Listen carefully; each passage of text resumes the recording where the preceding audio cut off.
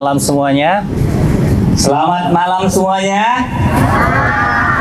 Sehat? Alhamdulillah. Sebelum kita membuka ada satu pantun ya. Cakepnya juga ya. Kita nggak mau kalah dong sama yang sebelum-sebelumnya. Ke pasar pagi membeli pisang. Pisang raja berbuah lebat. Hari ini kita bersenang-senang merayakan inklusi untuk sahabat. Yeay. Ya, kita berdua senang sekali ya dapat hadir di Hari Disabilitas yang kedua untuk di Kaltara ini. Dan kalau Anda perhatikan dari awal ya, dari awal penyelenggaraan acara ini, Anda bisa melihat MC kita ada dua, yaitu Mbak Ayu dan juga Mas Rangga. Mereka ini merupakan Mbak Ayu adalah disabilitas dari Bulungan dan Rangga teman normal. Dan saya adalah disabilitas daksa dan Mas Abrar itu teman normal. Ini untuk menunjukkan bahwa ini merupakan kesetaraan antara disabilitas dan normal ya. Dan sesungguhnya ini juga menyimpulkan bahwa disabilitas itu mampu kalau diberi kesempatan. Oke, kasih tepuk tangannya dulu semua Bapak dan Ibu. Teman-teman disabilitas bisa tangannya. Oke. Dan suatu saat nanti disabilitas, ini kan seperti pendampingan ya. Misalnya Mas Sabar menemani saya sebagai pendampingan. Nanti suatu saat ketika kita mampu, kita bisa kok sendiri berdiri di sini menjadi seorang MC misalnya, menjadi apa saja. Baik, Mas Abrar, kita akan menghadirkan dua narasumber kita di malam hari ini. Ya, kita akan memanggil untuk Ibu Rahmawati Maun Harahap ya, untuk ke depan mendampingi kami di sini. Kami persilakan. Tepuk tangannya dong. Iya. Selanjutnya saya panggilkan Bapak Obed Daniel sebagai Kepala Dinas Sosial Provinsi Kalimantan Utara. Dipersilakan, Pak. Iya.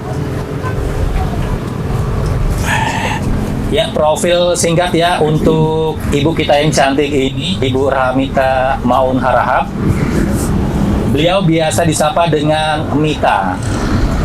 Merupakan disabilitas rungu atau tuli sejak lahir ya, jadi pembawaan. Lahir di Kota Padang Sidampuan, Sumatera Utara. Beliau merupakan berprofesi sebagai seorang arsitek dan desainer interior. Juga merupakan dosen tetap Fakultas Desain dan Seni Kreatif Universitas Mercu Buana Jakarta. Gak main-main ya. Dan saat ini beliau merupakan Komisioner Komisi Nasional Disabilitas RI jabatan tahun 2021 hingga 2026. Wow. Tepuk tangannya dong. Oke, selanjutnya Mas Abrar. Ya, terima kasih Pak Gode. Selanjutnya tidak kalah hebat. Nih, narasumber kita yang kedua yaitu adalah Bapak Obed Daniel, benar ya Pak namanya? Benar selaku sekali. Kepala Dinas Sosial Provinsi Kalimantan Utara. Kasih tepuk tangannya sekali Bapak dan Ibu semuanya. Pada kesempatan pada malam hari ini, beliau juga cukup aktif memperjuangkan hak-hak penyandang disabilitas di Kalimantan Utara, dan juga beliau juga salah satu penekanan penting terhadap pemenuhan hak disabilitas di Kota Tarakan dan Kalimantan Utara, bahkan kabupaten yang ada di Kalimantan seluruhnya. Dan juga beliau merupakan dan pasti memastikan terkait perencanaan program-program inklusif bagi penyandang disabilitas di setiap kabupaten dan kota Tarakan. Adapun pencapaian-pencapaian yang telah beliau sampaikan adalah yang pertama, mengelola data DTKS, data terpadu kesejahteraan sosial untuk penyaluran bantuan sosial yang tepat sasaran. Yang kedua, beliau telah melakukan pendataan lebih kurang 46.000 penyandang disabilitas menurut data tahun 2022. Oleh sebab itu, beliau selalu berkomitmen untuk mendorong pemerataan, membangun kesejahteraan di Kalimantan Utara, serta membangun Kalimantan Utara yang inklusif dan ramah bagi penyandang disabilitas. Mari kita berikan tepuk tangan buat Bapak Kepala Dinas Sosial Provinsi Kalimantan Utara. Iya Mas Abrar, ini kan merupakan momen yang jarang-jarang banget bagi kami disabilitas untuk bertemu dengan Bapak dan Ibu-ibu yang super sibuk ini ya. Bisa mengumpulkan beliau di sini memerlukan effort yang begitu besar. Dan nanti kita juga akan memberikan kesempatan kepada teman-teman kita dari disabilitas yang ada di 5 kabupaten yang ada di Kaltara ini untuk bertanya atau memberikan saran dan lain sebagainya. Namun sebelumnya kita akan bertanya simpel dulu nih ya. Kita belum serius-serius dulu kepada narasumber. Saya kepada Mbak Mita dulu. Mbak Mita, ini pertama kali datang ke Kaltara, ke Tanjung Selor.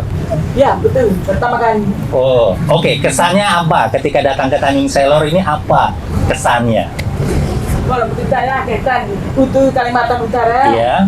ada beberapa teman-teman bikin bagi belum apa namanya belum apapun karena ada juga ada pekerjaan ada dan sebagainya Iya. berarti belum bagaimana Oke. jadi baru pemerintah dorong Oke. implementasi padahal peraturan daerah udah ada. Wah, Baru ini kemarin dia. 2004 artinya apa pemerintah daerah provinsi Kalimantan Utara wajib untuk membuat program yang itu harus dipakai oleh teman-teman disabilitas. Teman-teman disabilitas tahu Ya. bahwa itu tuh ada apa, bukan dewa-dewa diri seperti itu Pak. Oke. Menurut kesan saya melihat Kalimantan Utara itu saya pertama kali di atas saya, jadi Kalimantan Timur, Kalimantan Selatan, Kalimantan Barat. Terus kalau itu di sini, wah parah sekali karena infrastruktur Iya. masih kurang. Iya, iya. Iya, infrastruktur. Kasihan kalau teman-teman seperti tadi siapa ketua PPDI bahwa tadi saya naik kapal, saya melihat tangga, Iya. teman-teman mau berkurang, atau tonggak parah sekali. Terus rendah pakai kayu. Iya. Nah, itu harus. Ya, itu kesan ya yang Ibu Mita dapatkan ketika berkunjung di Iya, betul. Kaltara ini. Iya. Iya. Saya senang nih dengan semangat berbicara Ibu ya, menyala-nyala ala orang Medan gitu Bu ya. Kalau bicara pelan, tapi nama ngerti. Kalau bicara kelas, lain ngerti. Iya, Biasanya saya menggunakan bahasa isyarat sama berbahasa. Oke. Kalau komisioner harus bisa bahasa isyarat itu memang teman-teman ini dia bisa berbicara. Coba kalau komisioner nggak bisa bicara, bagaimana? Suruh pindah, apatan, singgung sama. Setuju. Tidak, fakta tidak pangan. Teman-teman guna bicara, wow. Jadi ini Bu apa? Saya pasti terjemahkan. Iya. Oke, terima kasih Bu. Dan Mas Abrar silakan. Iya, makasih Ibu. Kesannya luar biasa terhadap melihat potret Kalimantan Utara. Oleh sebab itu, tak kalah penting juga sebenarnya Kalimantan Utara itu milik banyak program-program disabilitas. Mungkin kepada Pak Obed selaku Kepala Dinas Sosial Provinsi Kalimantan Utara bisa juga menceritakan program-program yang menjadi unggulan kita saat ini dan mungkin ada yang pengen diperbarui. Kami persilakan Pak Obed. Baik, terima kasih kesempatannya dan senang sekali bisa bertemu dengan Bapak Ibu, saudara-saudara disabilitas pada malam hari ini ya. Dan saya juga sangat berbahagia bisa bertemu dengan Ibu Dr. Rahmawati ya. Jadi Dokter, bukan dokter. dokter, Ya. ya Dr. Rahmawati. Senang bertemu Ibu. Dan baik, kami mewakili dari pemerintah Provinsi Kalimantan Utara kepada para hadirin semua ya. Memang harapan kita Bapak Gubernur selaku kepala daerah sesuai dengan harapan ketua yayasan tadi bisa hadir di sini ya. Dan tentunya berbeda dengan saya sebagai pembantu beliau dengan Pak Gubernur yang hadir langsung mungkin sebagai pengambil kebijakan, tapi kami akan berusaha, kami sebagai pembantu beliau tentunya akan menjembatani apa yang menjadi poin-poin pembahasan pada hari ini, menjadi harapan dari teman-teman disabilitas akan kami sampaikan kepada beliau. Baik, kami di Dinas Sosial tentunya menjadi bagian dan tanggung jawab kami juga bagaimana untuk turut melayani masyarakat, dan terkhusus adalah teman-teman dari disabilitas ya. Jadi banyak beberapa program yang kita berikan sejak tahun 2023 itu kita juga sudah fokus bagaimana saudara-saudara kita disabilitas ini memiliki kesetaraan dan pelayanan yang sama dengan saudara-saudara kita yang normal ya. Seperti untuk pemberian bantuan ataupun peningkatan kapasitas, pemberian keterampilan bagi saudara-saudara disabilitas, kemudian juga pemberian makanan gizi ataupun peningkatan pemakanan bagi anak-anak disabilitas di dalam panti maupun di luar panti, itu sudah kita lakukan. Kemudian juga pemberian bantuan alat bantu ya. Kita lihat mungkin ada yang tunadaksa, itu kita berikan alat bantu tongkat, kursi roda, kemudian juga alat bantu dengar, hampir di 4 kabupaten kota. Dan catatan kita mungkin yang belum kita sentuh adalah teman-teman di Kabupaten Malinau. Tetapi setiap tahun kita akan terus meningkatkan pelayanan itu, dan tentunya pemerintah Provinsi Kalimantan Utara bukan hanya dinas sosialnya saja ya. Jadi ada beberapa program juga yang tersebar di beberapa OPD. Setiap tahun untuk di teman-teman yang disabilitas pencinta olahraga itu tentu ada perhatian juga dari Pemprov, di Dinas Pemuda dan Olahraga itu ada bantuan secara setiap tahun rutin kepada NPCI ya, dalam hal mereka mengikuti satu event selepas PON-nya. Jadi PON-nya disabilitas itu juga ada. Kemudian dari Dinas Kesehatan juga pelayanan kesehatan bagi disabilitas juga ada program-program yang dirancang di situ, dan di Dinas Pendidikan, dan saya rasa di beberapa OPD pun ada merancang program-program tersebut. Dan yang untuk tahun ini yang kita kawal itu adalah bagaimana kita membuat satu rancangan aksi daerah bagi penyandang disabilitas atau RAD-PD bekerja sama dengan teman-teman dari Skala ya. Jadi kita sudah beberapa kali pertemuan rapat merumuskan dan merancang apa sih yang menjadi kebutuhan teman-teman disabilitas di Kalimantan Utara ini. Dan itu sudah dirancang dan diformulasikan, dan mudah-mudahan tahun 2025 itu dokumen RAD-PD itu sudah bisa tersusun secara utuh dan bisa masuk tahap implementasi. Dan ini tidak hanya menjadi tanggung jawab satu OPD atau dinas sosial, tetapi banyak OPD yang bertanggung jawab sesuai tugas pokok dan fungsinya yang dirumuskan dalam dokumen RAD-PD tadi. Demikian. Iya. Baik, biasa ternyata Pak Gode ya. Ada perhatian begitu besar ya dari pemerintah Provinsi Kalimantan Utara. Tapi saya ingin tahu dari curhatan teman-teman disabilitas. Jadi ini saatnya kita untuk mengeluarkan unek-unek. Jadi mungkin selama ini curhatnya melalui status WhatsApp, Facebook, Instagram, mungkin lewat-lewat aja gitu ya. Nah, sekarang saatnya kita untuk mencurahkan apa yang Anda rasakan yang lalu-lalu dan curahkan malam ini. Ya, kita beri kesempatan ya, Boleh, kepada teman-teman di 5 kabupaten kota yang ada di Kaltara ini. Oke, angkat tangan. Mungkin siapa dari Nunukan dulu, apa dari KTT, atau dari Malinau, atau dari tuan rumah Bulungan. Silakan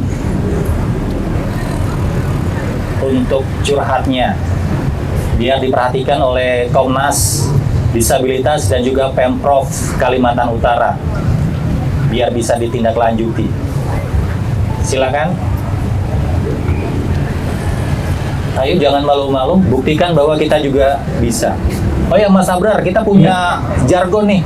Boleh, kita bisa sampaikan juga jargon kita. Jargon kita Jadi, untuk Kaltara ini disabilitas Kaltara, adalah we are able to be a leader. Oke, luar biasa. Kami mampu untuk menjadi seorang pemimpin sesuai dengan tema Hari Disabilitas Internasional. Oke. Ayo teman-teman disabilitas dari kabupaten dan kota di provinsi, Silakan maju. Mana yang mau bertanya? dari Malinau. Silakan mic-nya diberikan kepada yang ingin bertanya. Itu kan ada wakil ketua DPR, mungkin bisa dimintai komentarnya. Oke, gitu. Ya, ya. Selamat malam, Malinau. perkenalkan saya Dari Anastasia Oni dari Kabupaten Bulungan.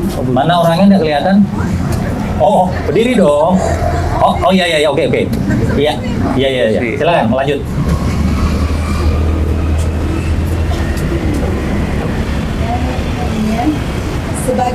Sebagai difabel, sehari-harinya terkendala di kendaraan, tempat dan fasilitas yang belum terlalu memadai atau mendukung pergerakan dan aktivitas. Difabel khususnya di tempat umum, contohnya kursi roda yang jarang tersedia di tempat umum. Itu aja. Terima kasih. Oke, terima kasih kembali. Satu kesempatan kita kasih dua ya. Dua boleh. Oke, dua curhatan. Silakan satu lagi. Setelah Mbak Anastasia, siapa berikutnya? Baik, silakan. Nama dan dari mana? Perkenalkan, saya Barnece, pendamping komunitas disabilitas tuli dari Kabupaten Nunukan. Iya.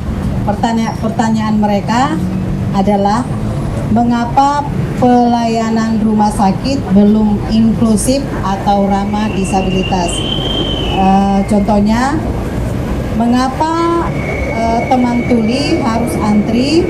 Soalnya kalau antri tidak memungkinkan untuk tuli mendengar jikalau nama mereka dipanggil, dan yang kedua tidak adanya petunjuk visual yang dapat membantu teman-teman tuli. Terima kasih. Oke, terima kasih kembali. Baik, kita langsung beri kesempatan kepada narasumber untuk menjawab. Baik, terima kasih. Ada dua penanya ya, dan terima kasih sekali. Pertama, terkait masalah bantuan alat bantu, kursi roda, dari kami Dinas Sosial selalu komit untuk melakukan pembunuhan dan pelayanan kepada saudara-saudara kita yang membutuhkan. Dan ini tentunya juga melalui perencanaan. Jadi kita tidak bisa balik telapak tangan, tetapi dari forum-forum seperti ini akan menjadi amunisi kami ya ke depan. Dan di 2025 kami juga sudah mengakomodir untuk bantuan kursi roda.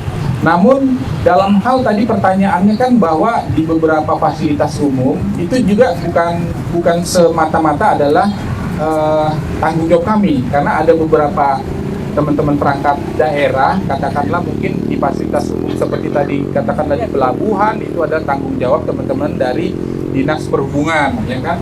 Kemudian untuk masalah tadi bagi pasien disabilitas yang mungkin susah dipanggil, tidak ada petugas khusus, dan itu adalah tanggung jawab dari teman-teman Dinas Kesehatan. Dan di samping saya ini sebenarnya ada Kepala Dinas Kesehatan yang mungkin, tapi saya yakin bahwa hal-hal tersebut sudah direncanakan dan mungkin akan terus dilakukan perbaikan, persiapan, ada pendamping khusus bagi pasien disabilitas dalam hal membutuhkan pelayanan kesehatan di rumah sakit ataupun di puskesmas. Saya rasa demikian. Mungkin sinergitas kali Pak ya, antar OPD ini, jadi bisa terpenuhilah keinginan-keinginan dari teman kita disabilitas. Bagaimana dengan Ibu? Baik, terima kasih. Dalam konteks alat bantu ya, biasanya data jumlah populasi Vietnam kita tiada Dinas Sosial. Sebenarnya Dinas Sosial tidak harus urus Vietnam kita. Karena kolaborasi beberapa dinas-dinas organisasi perangkat daerah, di sana alat bantu kesehatan mungkin Dinas Sosial koordinasi dengan kepala dinas kesehatan. Nah, mungkin kalau Dinas Sosial karena dirisi. Kemudian yang kedua berkaitan dengan fasilitas umum, mungkin Dinas Sosial koordinasi dengan Dinas PU sama Dinas Perhubungan. Mereka tahu masalah-masalah yang dihadapi oleh teman-teman disabilitas. Kalau kita mau menikmati aktivitas sehari-hari, mereka bisa menikmati, tapi masalah infrastruktur sarana prasarana belum memadai. Mungkin Bapak Dinas PU, Dinas Perhubungan, kita melihat dalam peraturan BTR PUPR nomor 14 tahun 2017 tentang persyaratan kegunaan bangunan kedua. Tadi bukan atas teman-teman itu minta coba turun lapangan lihat simulasi apakah trotoar sudah sesuai atau belum. Bukan Papa yang bikin itu ya kan. Contoh opsi ya yang harusnya disambitkan yang bikin itu ya kan lingkungan itu tugas ya seperti ini. Kemudian alat bantu untuk daya harus begitu yang teman-teman itu minta, bukan tidak setir atau tidak tingkatan kamu harus tidak ini bagaimana tidak besar ongkar itu harus begitu ya kan itu ada kecil atau besar contoh seperti ini. Kemudian itu teman-teman tulis ya pada saat daftar harus ada loket khusus. Kita minta ya selama ini pemahaman masyarakat berpikir kalau teman tuli itu melihat disabilitas dia tidak teriak dari diskriminasi dari tidak diberi ruang. Artinya apa? Waktu diberi kesetaraan sama seperti teman netra, teman kultura, teman tuli.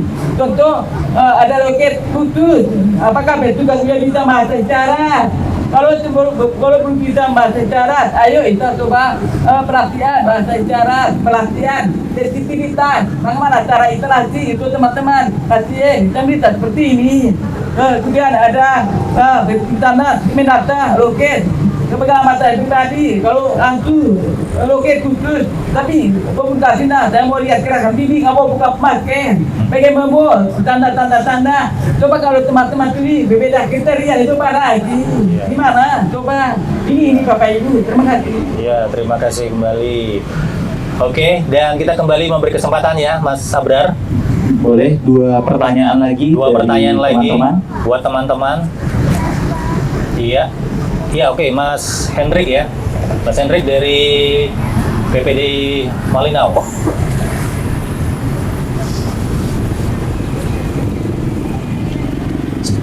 Ya, terima kasih untuk kesempatan yang diberikan kepada saya untuk menyampaikan pertanyaan. Saya perkenalkan, saya Hendrik, Ketua NPCI Kabupaten Malinau. Baik, yang menjadi pertanyaan saya yaitu terkait Undang-Undang Nomor 8 Tahun 2015. Memang selama ini didengung-dengungkan ada undang-undangnya dan kita juga mengikuti kegiatan pemerintah selalu mendengungkan masalah hak dan yang menjadi haknya penyandang disabilitas. Malam hari ini ada pertanyaan saya ini terkait Undang-Undang Nomor 8 2015. Apakah pemerintah provinsi telah menjalankan amanat undang-undang tersebut? Itu pertanyaan saya.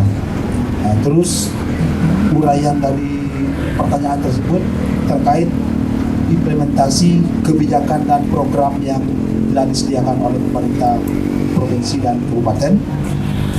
Terus terkait aksesibilitas fisik dan non-fisik pemerintah yang disediakan oleh penyandang disabilitas. Yang ketiga ini terkait pemberdayaan penyandang disabilitas, baik itu di bidang pendidikan, pekerjaan, kegiatan sosial. Yang keempat ini terkait pengawasan dan evaluasi. Pengawasan dan evaluasi di sini mungkin terkait keberadaan lembaga atau komisi yang memantau pelaksanaan kegiatan terkait implementasi dari undang-undang tersebut. Terus yang kelima ini masalah anggaran. Anggaran ini kalau kami di Malinau sudah oke, sudah deal. Keluhan dari teman-teman yang lain ini sangat mengkhawatirkan karena di saat kita ingin bergabung mengikuti kegiatan yang seperti ini, mereka kebingungan. Mereka sangat kebingungan. Jadi yang menjadi pertanyaan kelima ini terkait anggaran dan sumber daya. Di sini anggaran yang cukup dialokasikan untuk memenuhi kebutuhan penyandang disabilitas, baik mengikuti kegiatan secara umum maupun di organisasi masing-masing. Mungkin itu aja pertanyaan dari saya. Terima kasih. Baik, terima kasih Mas Hendrik dari NPCI Malinau. Dan satu lagi, kami beri kesempatan. Oke, silakan.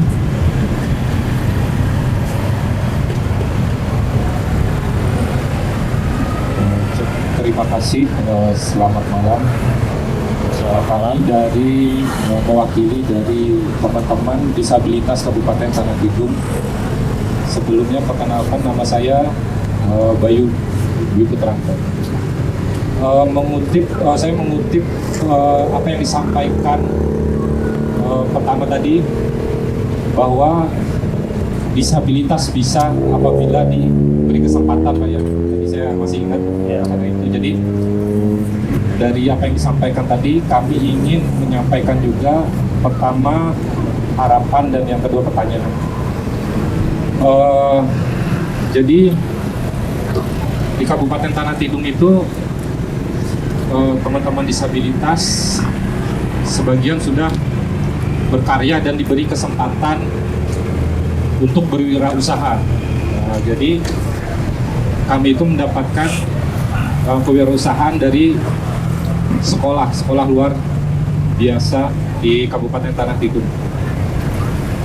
Jadi teman-teman disabilitas di sana sudah menghasilkan produk berupa sablon, baik itu sablon muk maupun sablon kaos, dan beberapa instansi sudah ada yang memesan. Jadi harapan kami itu, kami ingin menyampaikan harapan semoga produk-produk hasil karya, produk-produk teman-teman disabilitas bisa mendapatkan perhatian lebih di masyarakat, khususnya Kalimantan Utara. Itu harapan kami yang pertama. Terus yang kedua, kami ingin bertanya, apakah ada tempat khusus untuk menampilkan atau menjual hasil karya atau produk untuk teman-teman disabilitas? Mungkin itu aja harapan dan pertanyaan dari kami, teman-teman disabilitas Kabupaten Tanah Tidung. Sebelumnya terima kasih dan selamat malam. Baik, tepuk tangan dulu dong untuk teman-teman kita di Tanah Tidung. Iya. Silakan dijawab langsung oleh Pak Ebet. Baik, terima kasih. Kayaknya ini pertanyaan banyak ke saya semua nih ya. Iya, karena memang pemerintah daerah, Pak. Baik, ada dua, dan namun mohon maaf saya akan menjawabnya secara random saja ya, karena Iya. saya tidak mencatat, dan mudah-mudahan apa yang saya sampaikan ini bisa menjawab lah apa yang saudara-saudara tadi pertanyakan. Baik, tadi dipertanyakan dan disinggung terkait masalah komitmen pemerintah daerah, dan disinggung juga dan dikaitkan terkait dengan Undang-Undang 28 tahun 2024 tentang disabilitas ya. Jadi teman-teman disabilitas, seperti tadi kalau kita menyimak apa yang disampaikan Bapak Gubernur dalam sambutan tertulisnya, bahwa pemerintah Provinsi Kalimantan Utara berkomitmen ya. Jadi bukan sekadar narasi, rencana dan sebagainya, tetapi komitmen bagaimana mengimplementasikan apa yang menjadi hak layanan dasar teman-teman disabilitas itu di Provinsi Kalimantan Utara itu sudah dan sedang terus ditingkatkan. Jadi sebagai bentuk keseriusan pemerintah provinsi untuk menjawab semua kebutuhan layanan dasar teman-teman disabilitas di tahun ini, dan sudah kita di penghujung tahun ya, tadi sudah saya sampaikan juga bahwa teman-teman melalui koordinator teman-teman dari Bapeda, kemudian beberapa OPD terkait layanan dasar itu sudah merancang dan merumuskan rencana aksi daerah pelayanan disabilitas ya. Jadi tentunya di situ apa yang menjadi kebutuhan teman-teman disabilitas itu sudah disusun, katakanlah untuk ketenaga kerjaan, membuat komitmen bahwa pemerintah daerah setiap penerimaan CPNS 1% diberikan kesempatan untuk teman-teman disabilitas. Kemudian juga untuk bagaimana layanan dasar, aksesibilitas, kemudian juga di perhubungan dan di dinas sosial dan OPD-OPD terkait lainnya juga sudah dirancang ya Bapak Ibu sekalian, jadi jangan khawatir.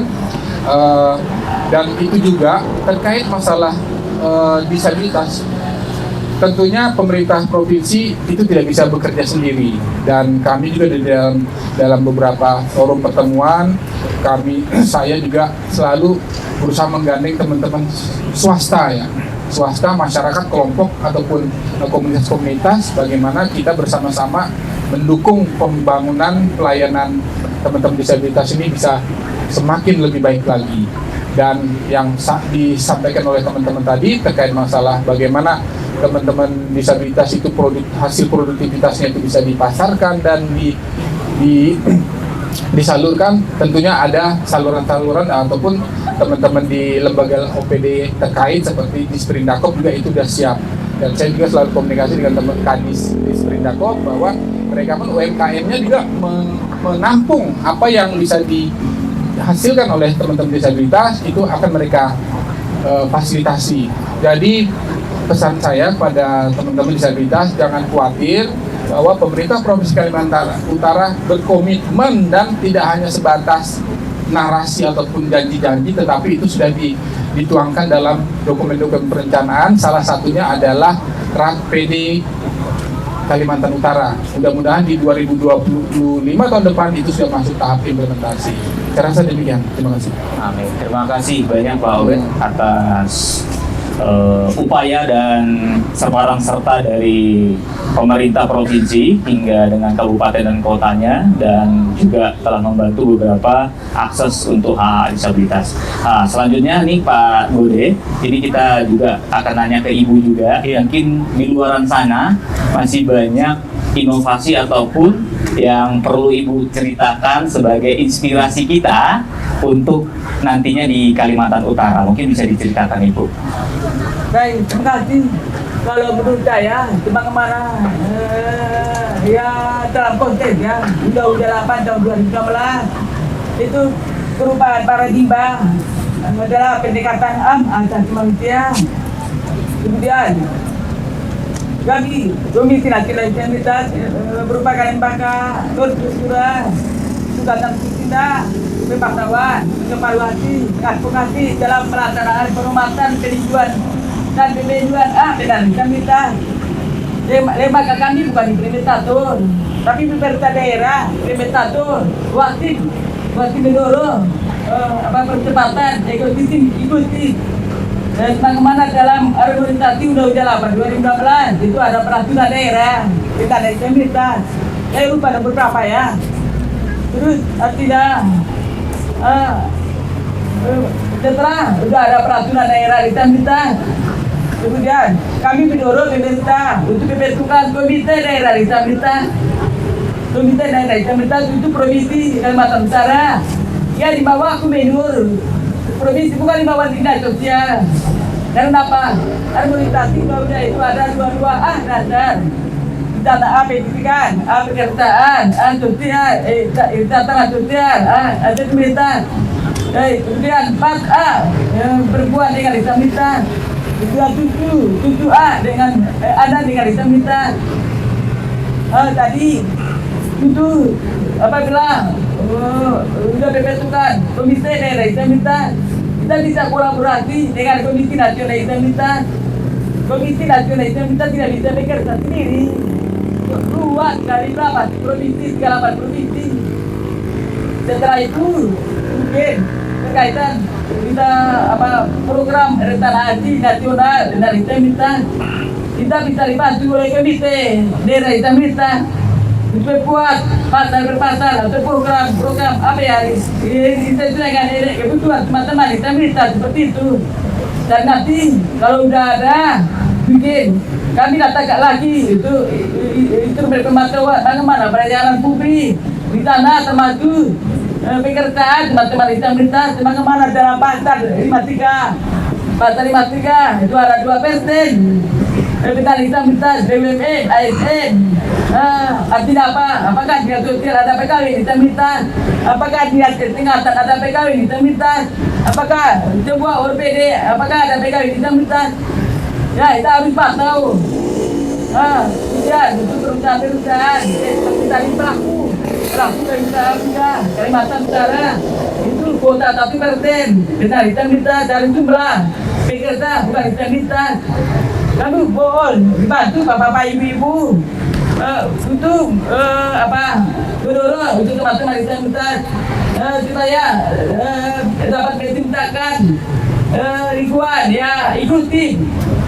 Dan kalau tema tadi memperkuat kepemimpinan disabilitas untuk masa depan inklusif dan keberkelanjutan. Kalau kata inklusif artinya apa? Kita semua asas-asas harus inklusif. Kalau tidak inklusif, karena apa? Contoh ada teman-teman ini. Bapak Ibu tidak bisa masa isyarat itu bukan inklusif. Kalau Bapak Ibu mau belajar masa isyarat itu berbantu komunikasi teman-teman itu inklusif. Kemudian itu teman-teman atau teman-teman visi dia bisa bertahan di aktivitasnya karena infrastruktur belum ramah disabilitas. Ya, begitu seperti ini. Terima kasih. Terima kasih Ibu. Boleh tepuk tangannya sekali lagi Bapak dan Ibu semuanya. Boleh. Baik. Saya ada baca data terakhir ya tentang jumlah disabilitas di Kaltara ini ada 46.000 lebih. Jadi kita bisa bayangkan begitu besarnya jumlah ini. Kalau pemerintah tidak memberdayakan mereka, ini akan sangat menjadi beban, menjadi hambatan bagi pemerintah. Tetapi apabila mereka diberdayakan, mereka akan menjadi aset bagi pemerintah daerah untuk akselerasi pembangunan di Kaltara. Luar biasa. Tepuk tangan dulu dong untuk disabilitas Kaltara. Oke. Mas Abdur, nggak kerasa kita harus menutup ini ya, karena ada acara-acara lain yang harus kita tampilkan, terutama untuk penampilan-penampilan dari teman-teman kita disabilitas. Benar Pak Gode. Jadi setelah dari talk show ini, kita akan menampilkan karya-karya ataupun dari kreativitas ya, kreativitas dari adik-adik kita disabilitas yang dimana masing-masing dari kabupaten dan kota akan show di panggung merah ini Bapak dan Ibu semuanya. Oleh sebab itu kita mari nanti sama-sama menyaksikannya. Sebelumnya kita ucapkan terima kasih untuk Pak Ebet atas kehadirannya dan juga Ibu Mita jauh-jauh datang. Mau bantu. Boleh sekali. Mau bantu tahu takut ya. Ya, cakepnya Cakep jauh jawabnya ya, semuanya cakepnya. Berlayar tampan ke Pulau Teberang. Cakep. Mampir sebentar dari kelapa. Cakep. Mari bersama terus berjuang. Oke, cakep boleh tuh bukan. Ya, ramah disabilitas kita. Oke. Mari kita carikan model Hari Disabilitas Internasional sebagai pengikat untuk terus berlangkah bersama dalam menciptakan masyarakat yang inklusif dan berkeadilan. Terima kasih. Terima kasih kembali. Kita nggak mau kalah juga Pak Kita nggak Gode. mau kalah juga. Kami juga udah nyiapin Kalau pantun buka nih. ada pantun, tutup ada pantun juga harus ada pantun. Boleh dimulai dari Pak Gode. Baik, terbang tinggi burung merpati. Cakep. Hinggap sejenak di dahan kelapa. Cakep. Terima kasih kepada narasumber hari ini. Ilmu dan inspirasinya sangat berharga. Tepuk tangan. Sekian dari kami ucapkan terima kasih, kami ucapkan Assalamualaikum warahmatullahi wabarakatuh.